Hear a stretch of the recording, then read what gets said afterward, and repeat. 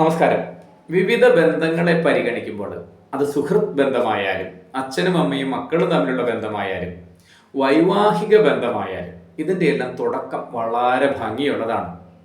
എന്നാൽ കാലം കടന്നു പോകുമ്പോൾ അല്ലെങ്കിൽ ഇടപെടലുകൾ കൂടി വരുമ്പോൾ ചില അസംതൃപ്തിയും അതോടൊപ്പം ബന്ധത്തിന് ഭംഗിക്കുറവും സംഭവിക്കുന്നതിൻ്റെ ചില കാരണങ്ങളാണ് നാം ഇവിടെ പരിശോധിക്കുന്നത്. നമുക്കറിയാം, നമുക്ക് വേണ്ടപ്പെട്ടവർ നമ്മുടെ ഇഷ്ടാനുസരണം പെരുമാറുകയും സംസാരിക്കുകയും ചെയ്യണമെന്നുള്ളതാണ് നമ്മുടെ ആഗ്രഹം. ഒരു പക്ഷേ ഈ ആഗ്രഹമാവാം മേൽപ്പറഞ്ഞ അസംതൃപ്തിയുടെ മൂല കാരണങ്ങളിലൊന്ന്. അപ്പോൾ അങ്ങനെ അല്ലാതെ സംഭവിക്കുമ്പോൾ അത് ചിലപ്പോൾ ചില തെറ്റുകൾ കൊണ്ടാകാം, ചിലപ്പോൾ ചില തെറ്റിദ്ധാരണകൾ കൊണ്ടാവാം.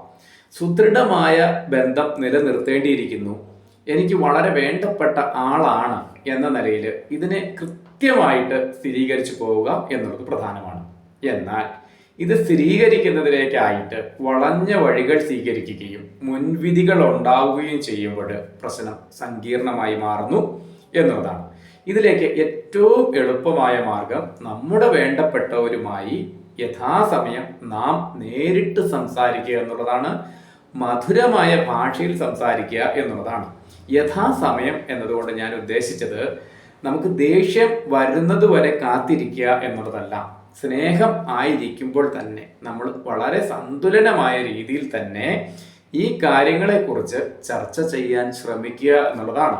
ചർച്ച തുടങ്ങുമ്പോഴും തുടരുമ്പോഴും ഇത് നമുക്ക് രണ്ടുപേർക്കും ഗുണപ്പെടുവാൻ വേണ്ടിയുള്ളതാണ്. നാം രണ്ടും ഇതിൻ്റെ ഗുണഭോക്താക്കളാണ്. നമ്മുടെ ബന്ധത്തെ ഊട്ടി ഉറപ്പിക്കുന്നതിലേക്കാണ് ഈ സംസാരം എന്ന രീതിയിൽ വേണം അത് തുടർന്നു പോകുവാനായിട്ട്.